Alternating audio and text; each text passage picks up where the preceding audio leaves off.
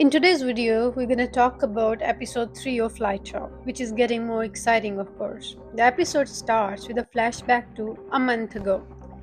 There happened to be a woman living in an apartment or a house. Coincidentally, someone was often stalking her, and she was always terrified every night. That particular night, she heard someone forcefully knocking on her door. She suspected it was a stalker.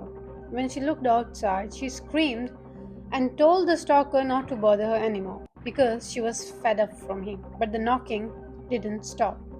As she grew more impatient, she decided to open the door to see what was happening outside. But there was no one. Suddenly, in the distance, she saw a suspicious figure with yellow eyes. This person ran towards her, and in the process, she fell and lost her life. Here is the face of the person responsible. Yellow eyes. Now let's move to the present day. The accused suspect for the murder of this woman is a young man who was seen getting onto a bus. A policeman came to the bus and was looking for the young man. The officer instructed the driver and passengers to exit the bus. Then the policeman approached the young man and declared that he was the culprit. Inside the bus, the woman's figure appeared, but only as a spirit in her lifeless state. The officer thought the stalker was afraid of him, but it wasn't that. It was because the stalker saw the woman's ghost. Elsewhere in the same neighborhood, an elderly man was watching TV at night. Suddenly, someone knocked on his door. When the man turned around, he experienced something unexpected.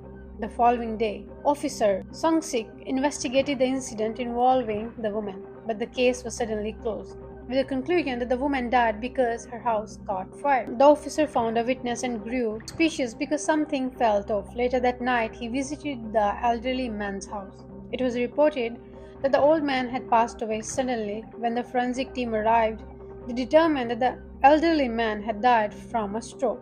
After an examination, it was confirmed that this was likely the cause of death. However, Officer Sung-sik felt there was something suspicious about the case. He checked the elderly man's phone and discovered that the man had contacted his family before his death. Investigating further, the officer found inconsistencies in the evidence at the crime scene. Reviewing the phone records, Officer Sung-sik confirmed that the elderly man had reached out to his son and grandson before his death. He also checked the TV in the house and discovered some abnormalities. The remote control showed that the man was left-handed, yet the channel being played didn't match the button pressed. This discrepancy heightened Sung-sik's suspicions. He returned home to clear his mind. While trying to eat and relax, he remembered his late wife. It seemed like the case was bringing back memories of his loss. He barely had the energy to cook and resorted to eat instant noodles. The next day, Sung-sik returned to his office and asked his colleagues for help in investigating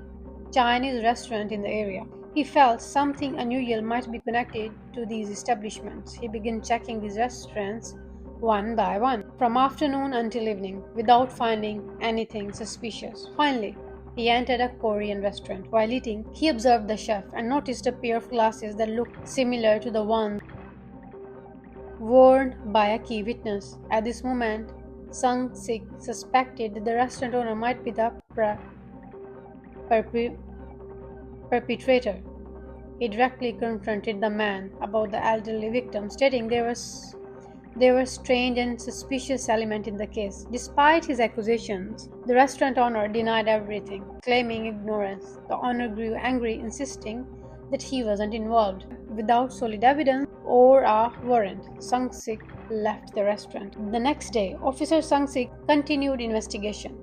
He discovered that the restaurant owner had been a witness in several incidents in the same area. One day, perpetrator chased another woman. Sung-sik managed to catch the suspect. However, the culprit mentioned something strange. The woman I was chasing shouldn't be here. When Sung-sik looked closely, he realized the woman was the same spirit from the previous fire incident, and her appearance was no longer human. It turned out that Officer Sung-sik, along with characters like Yong-ji and Hwon-jo, had the ability to see spirits. The perpetrator with yellow eyes turned out to be the stalker from the initial case. Later, Officer Sung-sik visited Wong-yong's light shop, claiming to be looking for someone. Ji-young happened to be there with her suitcase. Blood was dripping from her suitcase, but Ji-young dismissed it as a result of her periods. Not suspecting anything, Sang-sik offered her his jacket.